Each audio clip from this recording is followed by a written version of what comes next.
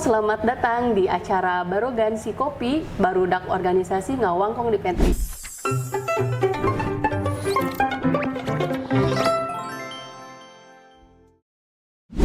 Hari ini teman-teman ditemani oleh saya Risa Ramdiani, dan hari ini kita akan membahas tentang hal yang gak asing lagi, yaitu terkait IKTP. Alhamdulillah hari ini telah hadir narasumber kita dari Dinas Kependudukan dan Catatan Sipil, ada Bapak Hasan. Siap. Ya, selaku analis kebijakan ahli muda ya Pak ya? Betul. Ya, selamat datang Bapak. Sama-sama, hatur nuhun. Langsung saja, IKTP. Sebenarnya IKTP sama KTP itu bedanya apa? Ya. Terima kasih ya. Jadi sebelumnya saya ingin dulu menyapa ya warga-wargi Jawa Barat. Ya. Wilujeng, enjing warga-wargi Jawa Barat. Mugia sehat, mugia berkah, tur, rahayu begitu ya. Alhamdulillah pada kesempatan ini saya bisa atau kami bisa memberikan edukasi, sosialisasi terkait dengan KTP. Jadi tema kita hari ini tadi disampaikan oleh host kita itu bahwa terkait dengan KTP gitu ya.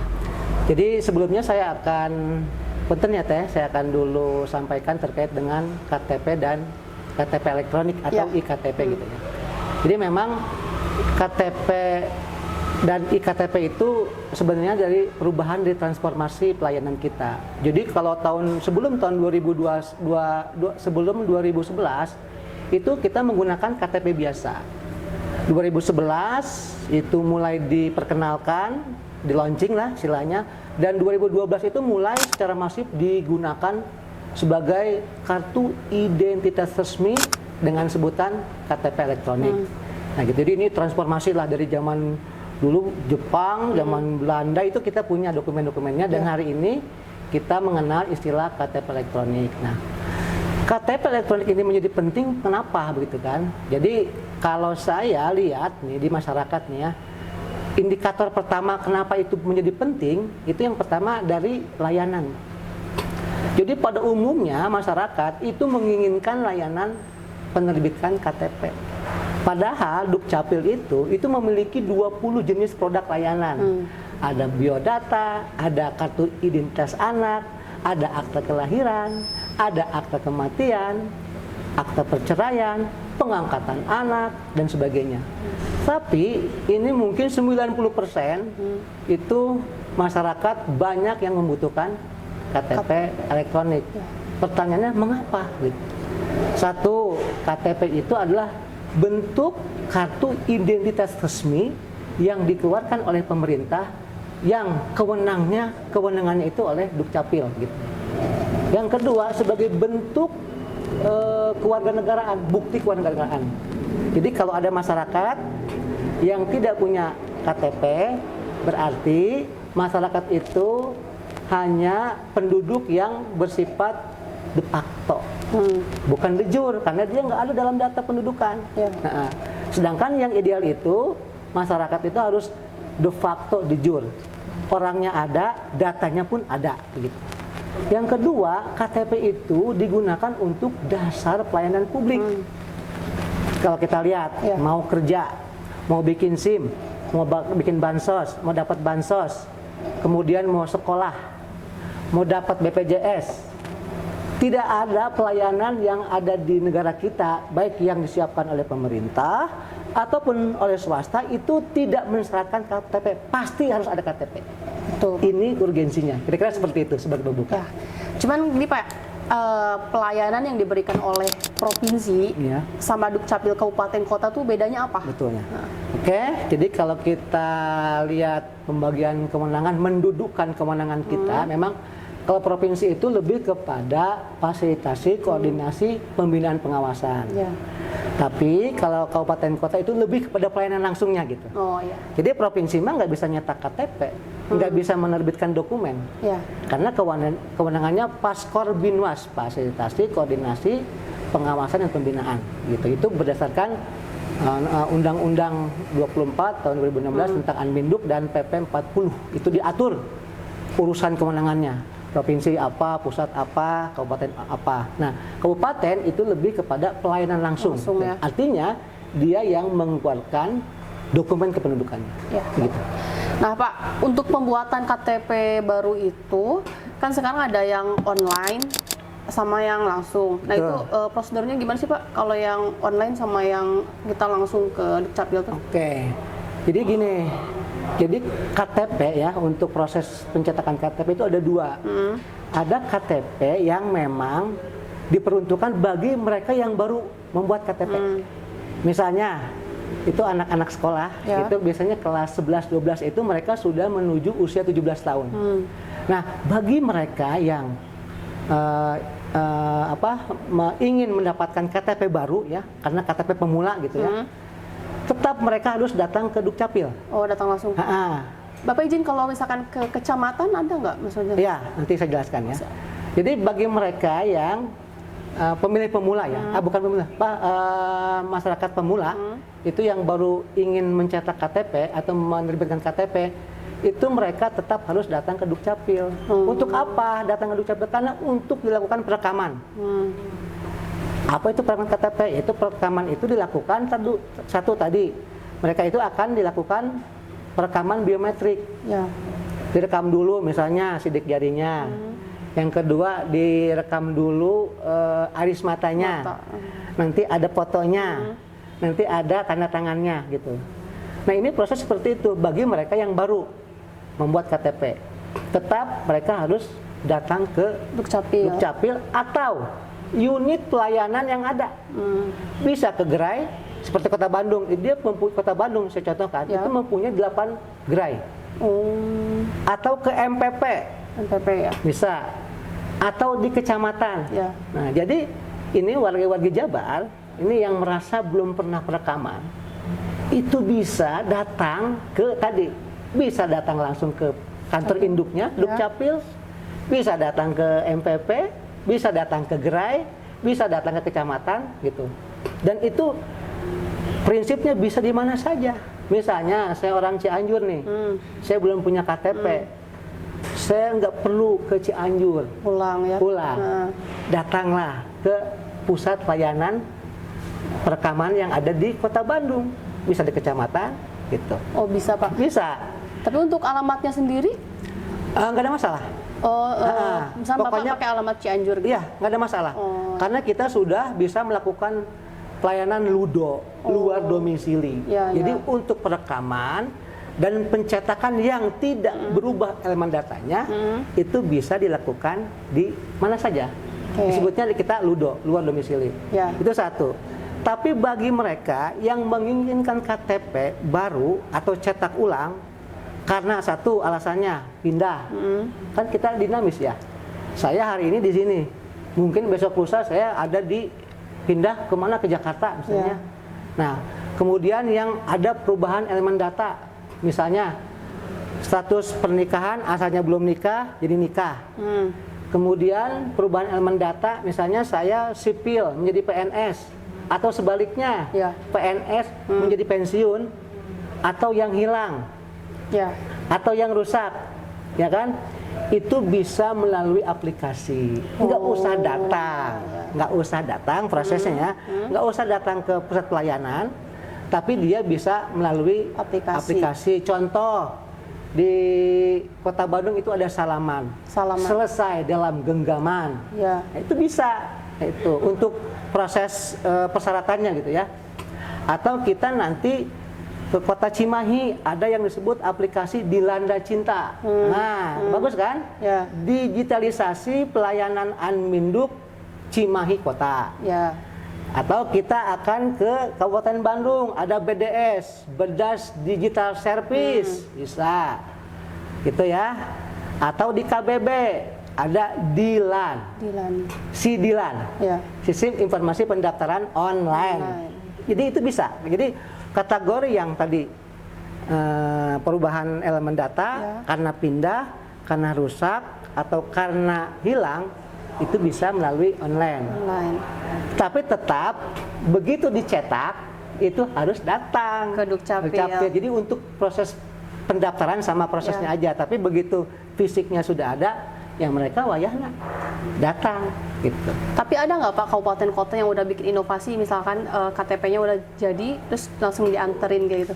Ada di Jawa Barat itu ada beberapa ya, tapi mohon maaf mungkin saya lupa ya. Ya. Tapi ada beberapa di kabupaten kota yang itu inovasinya itu sampai diantar lewat pos luar gitu. biasa. Ada. Ya, ya. Nah, saya kurang tahu ya, tapi yang jelas itu ada. Nah, jadi itu pelayanan yang melebihi ekspektasi kita sebutnya gitu. Jadi begitu ada langsung kan ada alamatnya, Ya. itu pakai via pos diantarkan. Ini luar biasa sebenarnya. Tapi untuk waktunya sendiri Pak itu berbeda-beda setiap kabupaten kota sampai ke pencetakan. Betul. Jadi terkait masalah waktu, memang ini kita perlu pertimbangan khusus ya. Sebenarnya secara aturan sih itu kan 2-4 hari kerja lah ya untuk proses yang baru nih. Jadi bagi mereka yang baru memiliki KTP, yang melakukan perekaman itu 2-4 hari kan. Oh ya. Nah, bagaimana kenyataannya? Kenyataannya itu kadang-kadang beda-beda. Kenapa? Pertanyaannya beda-beda. Satu ya, proses kita itu sangat dipengaruhi oleh Jarkomdat, jaringan komunikasi data. Itu nyawanya pelayanan kan kita kan web service ya. Ya. Jadi perlu ada, kalau jaringannya nggak bagus, kalau komunikasinya juga terganggu atau ada maintenance, berarti kan pelayanan itu praktis Ya, ya, nggak bisa nggak bisa langsung lanjut kan, karena tadi misalnya error gitu kan. Yang kedua, pelayanan kita itu kecepatan layanan itu ditentukan oleh ketersediaan belangko. Belangko ya. Betul. Jadi kalau datanya udah clear, cleansing, sudah tunggal, udah nggak ada masalah, sudah PRR istilahnya, print ready record gitu ya, tinggal cetak. Nah, yang keduanya ada nggak belangkonya? Ya. Nah, saya sampaikan bahwa ketersediaan belangko ini itu kan merupakan kewenangan pusat. Pusat ya Pak. Nah, tetap aja kita nunggu kalau stoknya banyak, Cepat. stoknya tersedia, insya Allah 1 hari 2 hari itu selesai. Iya. Tadi catatan Jarkomdatnya oke, kemudian belangkonya Belangko. tersedia cukup gitu. Itu 2 hari kita bisa terbitkan gitu. Iya. Gitu. Berarti tergantung dua hal itu. Dua ya, hal Pak, itu ya? itu yang mempengaruhi gitu. Jadi lamanya pelayanan, kecepatan pelayanan Ya. itu sangat dipengaruhi dari 2 aspek tadi gitu. Ya kita sih berharap Jarkomdat kita itu handal ya. Lancar. Handal itu maksudnya jadi handal tuh di semua situasi dan kondisi lah gitu, mudah-mudahan gitu. Betul, Tapi kan Pak. kenyataannya mungkin di Kota Bandung, Kota Cimahi, Kota Depok dan kota-kota lainnya mungkin bagus. Tapi kalau kita lihat itu ada disparitas juga. Kalau kita bergeser ke daerah selatan, Cianjur Selatan misalnya, Garut Selatan, Tasik Selatan, kan kebayang kan? Ya Pak. Ada daerah yang blank spot juga kan, Ya. atau jaringannya terganggu lah, seperti itu.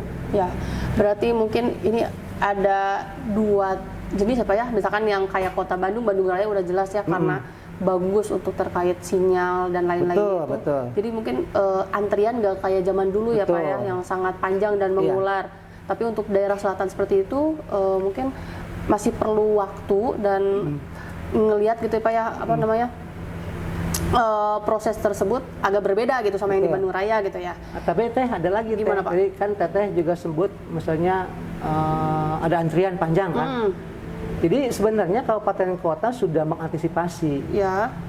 Apa antisipasinya? Satu misalnya pelayanan tuh nggak terpusat Ya. di Disub Capil ya kan, di kecamatan itu supaya mengurai tadi, Mengurai supaya nggak tadi, numpuk. ya. Ya. Di MPP Ya. dibuka pelayanan untuk perekaman, di kecamatan, di beberapa gerai, supaya tadi masyarakat tuh nggak numpuk Ya. di kantor induk Dukcapil. Dukcapil. Jadi disebar lah. Oh iya. Yang kedua,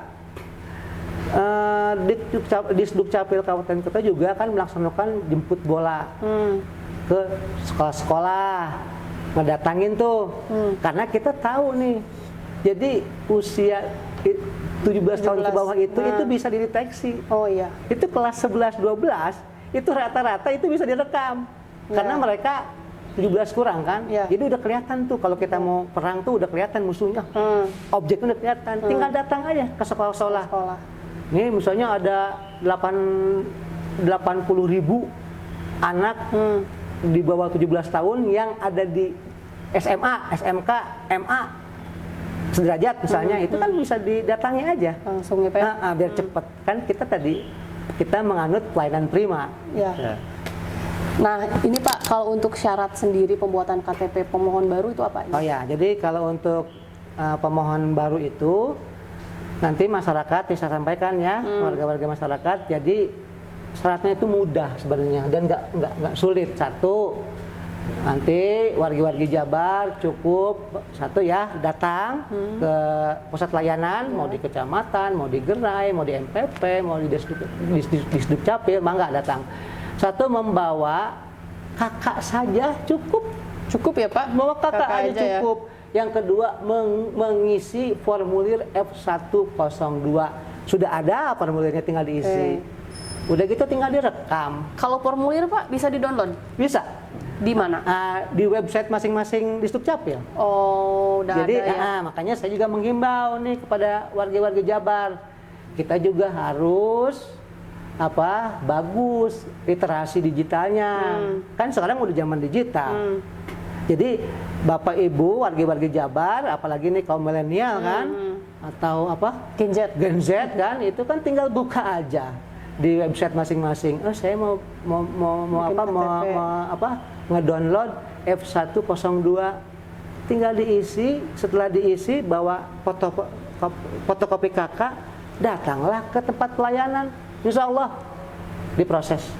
Ya, jadi itu ya syaratnya cuma 2 ya buat yang mau bikin KTP baru, kakak dan formulir F102 itu bisa di-download di website Pemda masing-masing ya? Betul. Ya, gitu. Kalau misalnya untuk yang hilang, ya. Kan?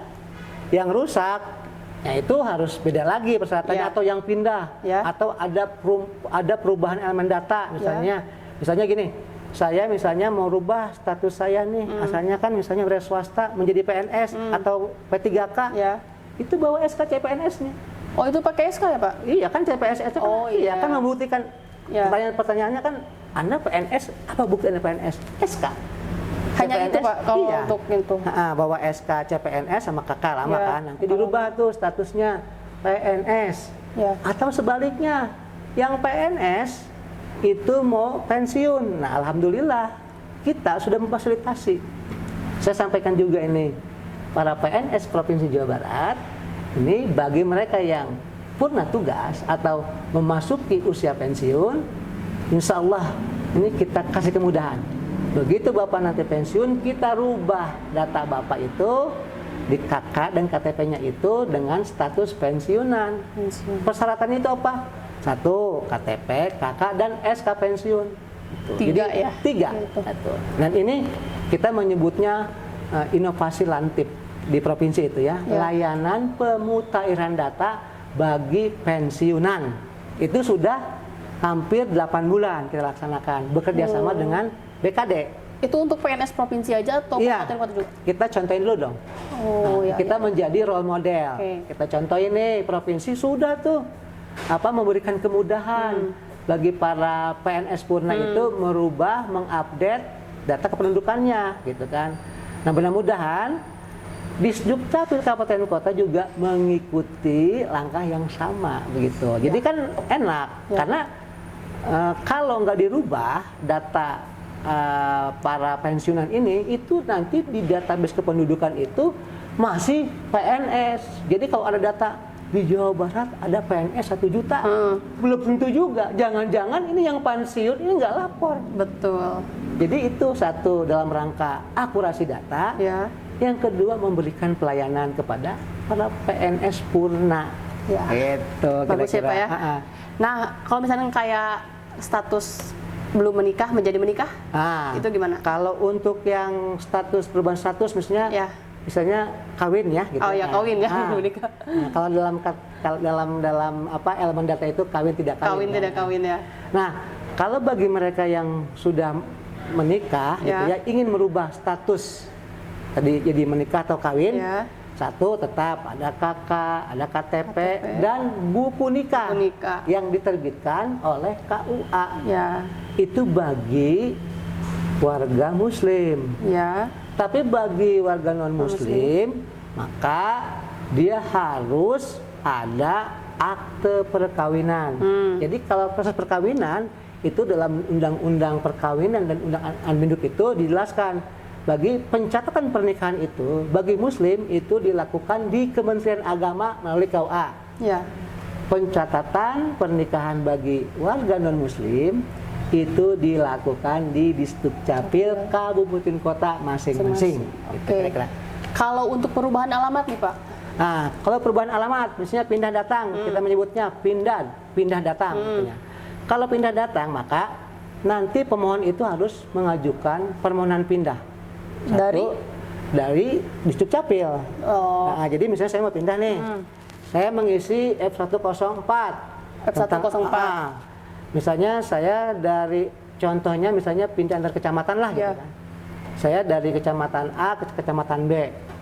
Nanti isi formulir, nanti Disdukcapil itu menerbitkan SKPWNI, surat keterangan pindah warga negara kan, walaupun di kecamatan tetap SKPWNI. Nah, setelah nanti ada SKPWNI, nanti Dukcapil itu akan merubah atau mengalihkan datanya dari A ke B. Nah, setelah dipindah datanya, misalnya dari Cianjur ke Bandung, nah kemudian nanti secara otomatis ini datanya berubah semua nih. Misalnya alamatnya Cianjur jadi Bandung. Nah, bagi mereka yang pindah datang itu sebenarnya nggak begitu ribet juga gitu. Jadi nanti proses perpindahannya mah diurusnya oleh Dukcapil. Begitu selesai nanti ambil kakak KTP-nya yang lamanya nanti diserahkan gitu ya. Nanti yang barunya dikasih. Dan saya sampaikan semua produk Dukcapil itu sudah menggunakan TTE atau QR code gitu ya. Oh ya. Udah QR code semua sekarang mah. Jadi nanti ibu bapak warga-warga Jabar itu tinggal dikirim melalui email. Ini kakak barunya. Kalau dulu kan kakak itu pakai kertas security printing itu yang tebal itu kan. Tanda tangan basah, ada capnya kan. Nah, sekarang nggak usah. QR aja udah. QR code aja, simpen PDF itu baik-baik. Di mana-mana butuh print menggunakan kertas A4 800 gram. Oh iya. Cukup ya kayak gitu ya sekarang. Cukup, nggak usah dibawa-bawa praktis. Jadi tapi simpan PDF-nya. Jangan sampai hilang. Nah, karena itu kan data penting kita gitu. Jadi apik juga. Ya, kan kalau dulu tuh Pak kita harus ke RT RW dulu. Nggak usah. Ya? Nah, nggak usah sekarang. Jadi itu ada Permendagri 108 itu sudah tidak mensyaratkan dari RT RW lah. Gitu. Langsung aja ke Dukcapil ya. Dukcapil aja tadi persyaratannya bawa persyaratan yang diperlukan. Ya. Nah Pak, itu kan ada tuh dari Kemendagri yang KTP digital. Iya.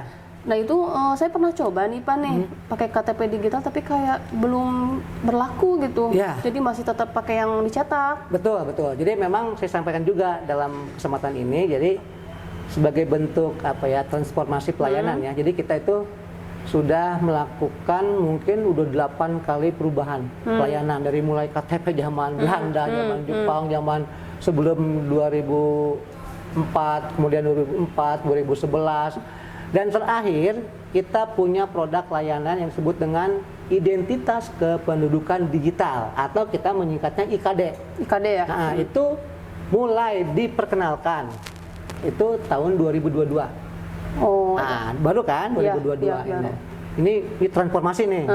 Jadi dari KTP yang sangat sederhana, kemudian KTP yang punya chip yang kita sebut KTP elektronik, dan sekarang berubah lagi, bertransformasi lagi jadi IKD ya. IKD. Betul. Jadi IKD itu sebenarnya KTP digital lah, gampang. KTP digital yang tersimpan di smartphone, di gadget, di gawai. Nah, bisa pakai Android, bisa pakai iPhone, itu bisa. Walaupun nanti kalau untuk Android itu minimalnya versinya 701 lah. Ya. Jadi tidak semua Android itu bisa support. Ya? Tidak semua Android itu bisa support atau bisa diaktifasi untuk itu gitu ya. Tetap ada kriteria. Dan itu sebenarnya mudah persyaratannya. Jadi persyaratan ini bagi masyarakat yang ingin mengaktifasi identitas kependudukan digital atau KTP digital itu satu usianya harus 17 tahun dulu. Sama. Oh, iya. Kan dia KTP juga. Sama. Jadi syarat KTP itu kan harus berumur 17 Iya. tahun atau sudah menikah. Oh. Nah, jadi kalau umurnya 16 nggak bisa. Iya. Nah, rekam dulu, setelah direkam, kemudian tetap punya HP kan, itu bisa iPhone, bisa Android. Android itu paling rendah itu versinya yang 710 lah, 7.1 lah, Ya. paling rendah. Nah, kalau iPhone, kalau nggak salah hampir semua iPhone bisa support, Bisa, ya, bisa. itu. Nah, kemudian harus punya kuota ya, nah, ada jaringannya, Ya. punya email, Ya. punya nomor telepon. Proses untuk aktivasi itu wajib dipandu oleh petugas Dukcapil. Oh, tetap kita harus datang ke Dukcapil juga ya? Betul. Jadi sampai saat ini untuk aktivasi itu tidak bisa dilakukan secara mandiri. Oh, Tetap iya, iya. dilakukan guiding, ada guidernya, Dipandu. gitu ya. Mm-mm. Nah, tadi pertanyaan Teteh. Nah, apa? Belum bisa dipakai. Nah, saya sampaikan Kenapa? betul. Jadi karena kan sekarang masih tahap uji coba dulu ya. Oh, iya. Kita jadi dari 2022 sampai akhirnya 2025 kita masih uji coba ya. Kita masih melakukan yang mungkin pusat ya, masih melakukan analisa kehandalannya gitu seperti apa. Kan kalau sudah handal dipastikan given enak gitu ya. Jadi Iya. untuk mengukur kalau ini errornya di mana nih gitu Iya. kan. Nah, mudah-mudahan nanti di 2025 akhir itu IKD itu bisa dijadikan alat transaksi. Jadi kalau ibu bapak mau ke bank, mau ke bandara, mau kereta api, Ya. mudah-mudahan tidak perlu bawa fisiknya deh. Langsung Cukup aja. pakai digital di HP. Dan ini menurut saya paling efektif. Iya. Kalau kita pakai KTP elektronik, KTP Iya, yang pakai KTP fisik, chip. Bapak Ibu sekalian, itu tiap tahun pusat itu harus mengadakan belangko. Anggarannya kan lumayan besar ya, Pak ya? Itu kan miliaran gitu. Nah, dengan IKD ini kan jadi sebenarnya lebih efektif, efisien anggaran gitu. Jadi kita mudah-mudahan ya kita berharap di 2025 ini IKD ini bisa dimanfaatkan untuk berbagai keperluan pelayanan publik begitu. Mudah-mudahan ya. Ya, berarti kedepannya itu akan pakai IKD itu, Pak. Betul, Tapi tadi kedepannya. kata Bapak, Pak, 17 dan sudah menikah. Iya. Tadi kata Bapak. Betul. Berarti kalau di atas 17 belum nikah, nggak bisa bikin IKD? Atau gimana maksudnya? Iya, gini. Syarat Heeh. syarat untuk IKD itu hampir sama dengan syarat ingin membuat KTP. Oh ya. Jadi kalau masyarakat belum 17 tahun dan belum menikah, ya nggak bisa, Oh ya. gitu kan? Iya, iya. Nah, yang kedua, masyarakat itu harus perekaman dulu, karena perekaman itu untuk memastikan ketunggalan nik. Iya. Ya, jadi kita kan punya nik nih semua Ya, kan? ya. Saya, Teteh itu punya nik di KTP kan? KTP. Itu sudah tunggal. Jadi nomor itu nggak ada yang punya, cuma Teteh aja, Ya. gitu. Dan di nik itu tersembunyi data yang pasti akan beda. Apa? Satu iris mata, yang kedua sidik jari. Sidik jari. Di dunia ini itu nggak akan pernah sama. Walaupun ada kembar identik, itu nggak akan pernah sama aris matanya dan sidik jarinya. Nah, itulah makanya sebut dengan NIK atau dalam bahasa Inggrisnya single identity number. Ya. Gitu kan. Nomor tunggal kependudukan. Ya. Tunggal namanya gitu. Ya. Pak, saya penasaran nih, IKTP bisa dipakai nggak sebagai administrasi kalau kita lagi di luar negeri? Negara lain kan dia juga punya aturan. Ya kan? Punya aturan gitu ya. Ya. Apakah misalnya ini KTP-nya dapat enggak? Ya mungkin itu saya juga kurang ini ya. Tapi Ya. yang jelas secara normatif semua negara memiliki peraturan perundangan yang secara mandiri mereka laksanakan gitu ya. Dia kan berdaulat kan Ya. negaranya gitu. Jadi nggak mungkin lah gitu. Misalnya ini KTP wajib enggak juga gitu kan. Ya. Mungkin di kita bisa gitu. Tapi Ya. kalau di negara lain mungkin harus dilihatlah seperti apa gitu. Nah, Pak, kalau untuk WNA, Pak, itu pelayanan apa yang diberikan oleh Dukcapil? Nah, kalau WNA atau warga negara asing ya, saya sampaikan jadi berdasarkan tadi ya Permendagri 108, Permendagri 109. 08 itu terkait dengan tata cara dan persyaratan pendaftaran penduduk dan pencatatan sipil ya. Jadi WNA itu boleh memiliki misalnya ya ayahnya atau suaminya atau istrinya atau anaknya untuk KTP misalnya ayah ibunya boleh memiliki KTP asing. Syaratnya apa? Dia harus punya kitab kartu izin tinggal tetap yang diterbitkan oleh kantor imigrasi. Oh, ya. Boleh dia punya itu. Nanti ada bedanya kalau kita kan KTP WNI itu kan gradasi biru ya. Kalau itu nanti gradasi oranye. Oh, bedanya itu ya, Pak? Bedanya. Oke.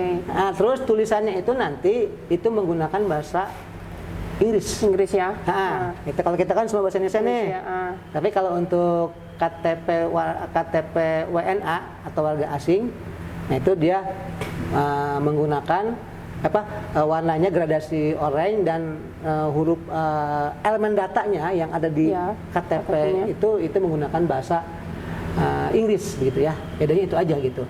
Pertanyaannya kenapa warga asing punya KTP? Ya pasti ya. Ya ini supaya bisa terdeteksi. Kalau dia tidak tercatat dalam kependudukan, itu kita nggak bisa nyatat mereka, nggak bisa mantau. Betul. Itu gunanya supaya kelihatan, oh dia tinggal di sana. Nanti kelihatan anggota keluarganya siapa aja. Itu aktivitas warga asing itu diharapkan itu bisa termonitoring. Ya. Nggak bebas berkeliaran gitu. Ya. Itu prinsip dasarnya gitu ya. Dan dalam undang-undang Anminduk itu dijelaskan bahwa penduduk itu WNI dan WNA. Di undang-undang apa tuh? Undang-undang Anminduk itu bilang. Jadi yang disebut dengan penduduk itu adalah penduduk WNI dan WNA. Ya. Itu tetap harus diadministrasi. Kalau warga asing nggak diadministrasi, database kependudukannya nggak bisa dilacak. Dia tinggal di mana, siapa anggota keluarganya, pekerjaannya apa, warga mana ini, warga negara apa kan gitu. Tapi dengan adanya tadi KTP untuk warga asing itu diharapkan negara bisa mengontrol mereka. Aktivitasnya dikontrol. Ya. Kan gini ya, banyak mungkin permasalahan terkait IKTP ini nih Pak. Salah satunya itu pemalsuan dan penyalahgunaan data. Nah gimana nih Dukcapil tuh menyikapi masalah-masalah tersebut? Ya, betul yang namanya pemalsuan ya. Dari sejak dulu sampai sekarang, walaupun kita berada di abad digitalisasi ya gitu, tetap praktek-praktek pemalsuan itu ada lah ya. Nah cuma kalau Dukcapil itu kita itu bisa mendeteksi, misalnya ada KTP nih. Ini KTP ini misalnya palsu atau tidak, itu ada alatnya. Ada alatnya. Kita menyebutnya itu saya lupa lagi ya istilahnya. Ada satu alat nanti itu untuk mendeteksi apakah KTP yang ada itu palsu atau asli. Itu kita punya alatnya. Nah, saya lupa lagi namanya, jadi lupa ya saya. Nggak apa-apa Pak.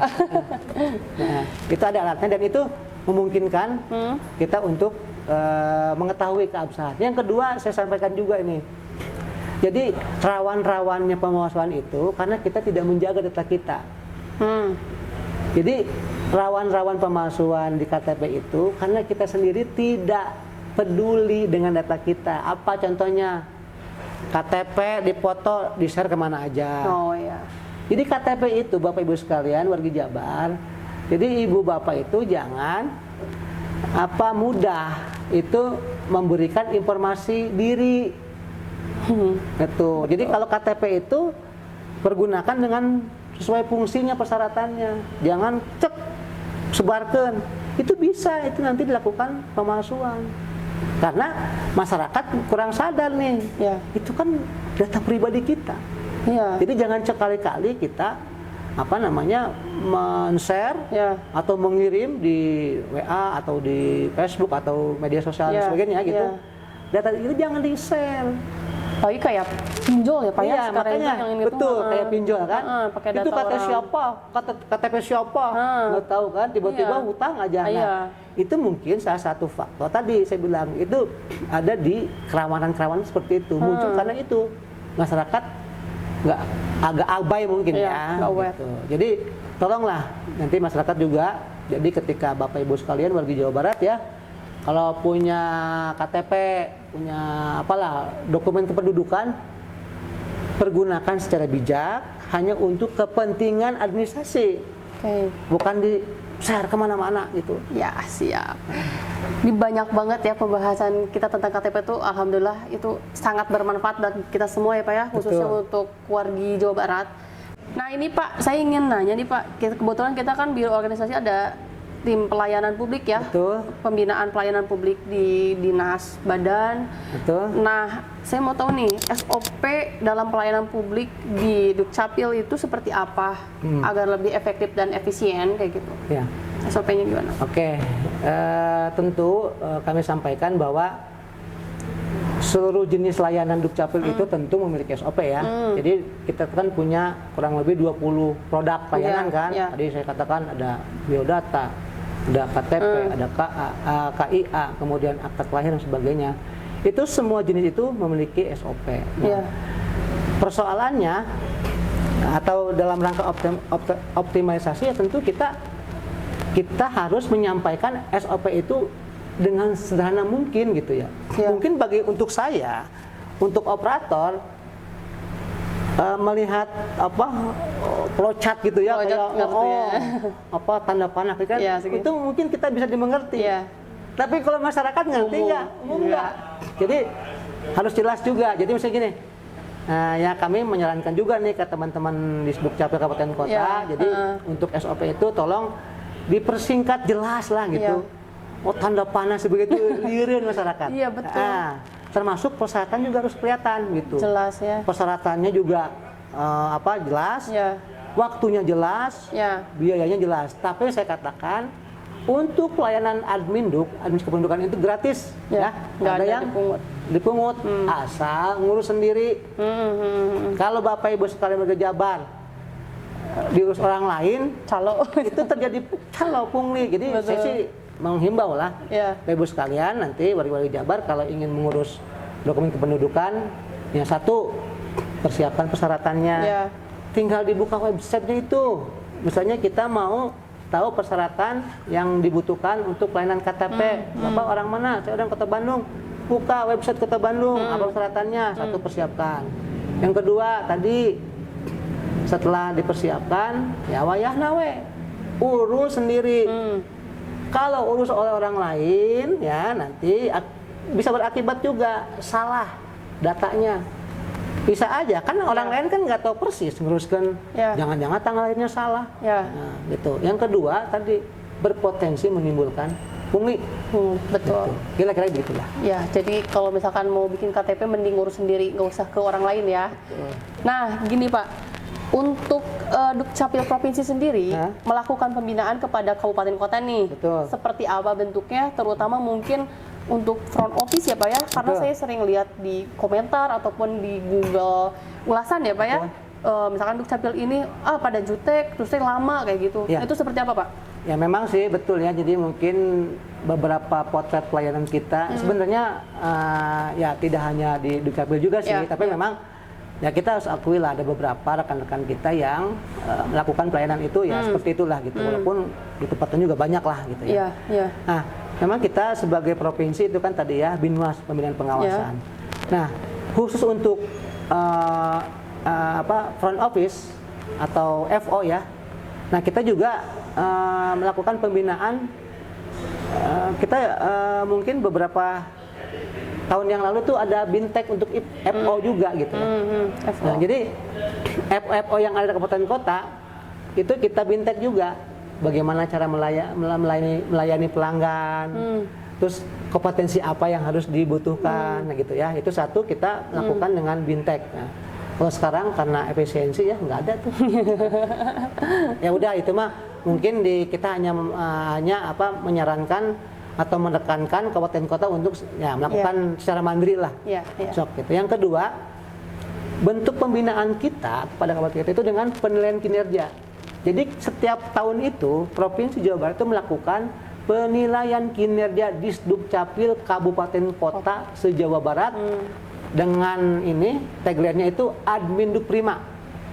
Itu udah 3 tahun berjalan. Oh iya. Nah, itu cara kita untuk membina. Satu, pembinaan dari aspek administrasi, nanti kita lihat nih administrasinya seperti apa, capaian pelayanan seperti apa. Misalnya gini, KTP perekaman itu kan sudah ditargetkan oleh pusat, Yeah. B-nya 99,4. Mereka sudah berapa nih di tahun 2024? Nah, kelihatan tuh data-data itu. Nah, kita bimbing administrasinya, pelayanannya. Yang kedua, kita juga melakukan pembinaan kepada kepala dinas. Sejauh mana kepala dinas itu satu melaksanakan fungsi-fungsi dari kepala dinas, termasuk semua dengan FO-nya begitu. Jadi nanti kita setelah administrasi kita nilai mereka, kemudian ada lagi tahapan penilaian lapangan. Ya. Kan kalau administrasi itu kan bisa aja laporan itu bagus. Nanti kita cek and recheck Ke lapangan. lapangannya. Betul nggak? Misalnya pelayanan itu nggak ada komplain. Nanti Iya.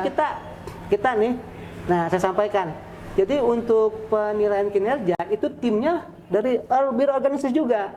Oh ada. Papur. Ya? Oh Papur ya. Itu ya, salah ya. satu anggota kita untuk menilai Ya, ya. kinerja di seluruh kabupaten kota. Kemudian dari Bapeda, dari biro hukum, termasuk kita melibatkan ombudsman. Oh ombudsman juga ya. Jadi pembinaan tidak hanya oleh Dukcapil provinsi. Bayangin, ini timnya ini apa ya? Ini membuat maut lah gitu. Tim ideal lah. Ya. Apa kalau tim itu sebutnya apa ya? Sepak bola itu the dream team. Oh. The dream team itu. Karena biasa. karena kita berkolaborasi kan. Nah, kita lihat di lapangan. Namanya juga verifikasi faktual. Administrasinya bagus, kita cek lapangan. Bagus nggak pelayanannya? Di mana saja pelayanannya? Betul tidak? Misalnya pelayanan yang dilakukan di kantor pusat sama dengan yang di kecamatan. Bagus gitu, kita lihat. Gitu. Itu salah satu fungsi kita. Jadi kita tidak hanya dari aspek administrasi pembinaannya, tapi dari aspek tadi kinerjanya juga. Oke. Semua dinilai. Ya pelayanannya, ya inovasinya, ya kepala dinasnya, termasuk FO, ya. front office, termasuk back office-nya juga. Oh, iya. Kita lakukan penilaian lapangan. Oke, luar biasa ya Pak ya terkait penilaian tersebut. Ya. Nah, jadi ini kesimpulannya nih, IKTP itu mungkin ada kelebihan ya dan manfaat dibandingkan dengan KTP biasa. Betul. Dan untuk pemohon baru, mangga itu khusus pemohon baru tuh harus langsung datang ke Dukcapil ataupun gerai layanan yang disediakan karena oleh harus direkam. kabupaten kota. Ya betul kayak gitu. Ini cukup menarik sekali pembahasan kali ini Pak ya, karena setiap orang tuh wajib punya KTP. Ya, Nah betul. kayak gitu. Kemudian ini mungkin Pak, ini lumayan lama ya kita nih ngobrol. Iya, siap. Nggak apa. Sebelum tutup, mangga Bapak mungkin ada pesan kepada teman-teman kabupaten kota dan khususnya kepada masyarakat nih terkait KTP ini. Ya. Dan pesan apa aja agar tidak ada yang menyalahgunakan KTP kita gitu. Yang pertama ya, wargi-wargi Jabar, Akang Teteh, Bapak Ibu gitu ya. Jadi satu ya kami menghimbau ya, Ya. dari Distrik Provinsi Jawa Barat. Jadi pastikan ini Bapak Ibu, Akang Teteh yang usianya sudah 17 tahun, sudah menikah itu punya KTP ya. Pastikan. Kenapa? KTP itu bukan semata-mata bentuk dari kartu identitas pribadi, bukan. Tapi KTP itu kan digunakan untuk dasar pelayanan publik. Jadi kalau Bapak Ibu nggak punya KTP nggak bisa dapat pelayanan publik gitu. Jadi penting ini satu. Pesan yang kedua saya ingin sampaikan juga dalam momen ini satu. Jadi Bapak Ibu sekalian, Kang Teteh apabila ingin mengurus dokumen kependudukan di Jawa Barat ya, nah, tolong satu persiapkan persyaratannya yang diperlukan. Lihat nanti di website Dukcapil apa persyaratan bikin KTP, bikin KK, KIA, akta kelahiran, lihat. Jadi nanti Bapak Ibu sekalian ketika datang ke pusat layanan itu sudah oke. Persyaratannya nggak disuruh pulang, nggak kurang kan gitu. Yang kedua, uruslah sendiri proses untuk mendapatkan dokumen kependudukan. Jangan ya kalau ini sebisa mungkin jangan pakai pakai calo. Kalau pakai calo ya satu itu kan nanti bisa salah tuh karena dia calo mungkin nggak tahu tuh data-data ibu benar atau salah kan, atau bapak sekalian. Yang kedua, tadi rentan rawan terhadap pungli. Jadi mungkin itu saja dari saya. Mudah-mudahan informasi ini ya, bisa berguna lah. Dan saya juga apresiasi ya kepada rekan-rekan saya nih di seluruh Disdukcapil Kabupaten Kota yang selama ini masih semangat, masih luar biasa melayani masyarakat, tetap bekerja ikhlas, cerdas, dan tuntas. Oke, pembahasan kita tentang KTP ini sangat menarik ya. Terima kasih Bapak sudah Sama-sama. hadir di podcast kami. Teman-teman yang belum punya KTP, ayo segera cepat bikin KTP, bisa mendatangi Dukcapil ataupun gerai atau layanan yang disediakan oleh kabupaten kota. Kita udah tahu nih pentingnya KTP itu kayak gimana ya. Ya udah demikian, terima kasih Bapak. Selamat menjalankan aktivitas kembali. Sama-sama. Sampai jumpa di episode berikutnya. Tetap di Barogansi Kopi, Barudak Organisasi Ngawangkong di Pantry. Dah.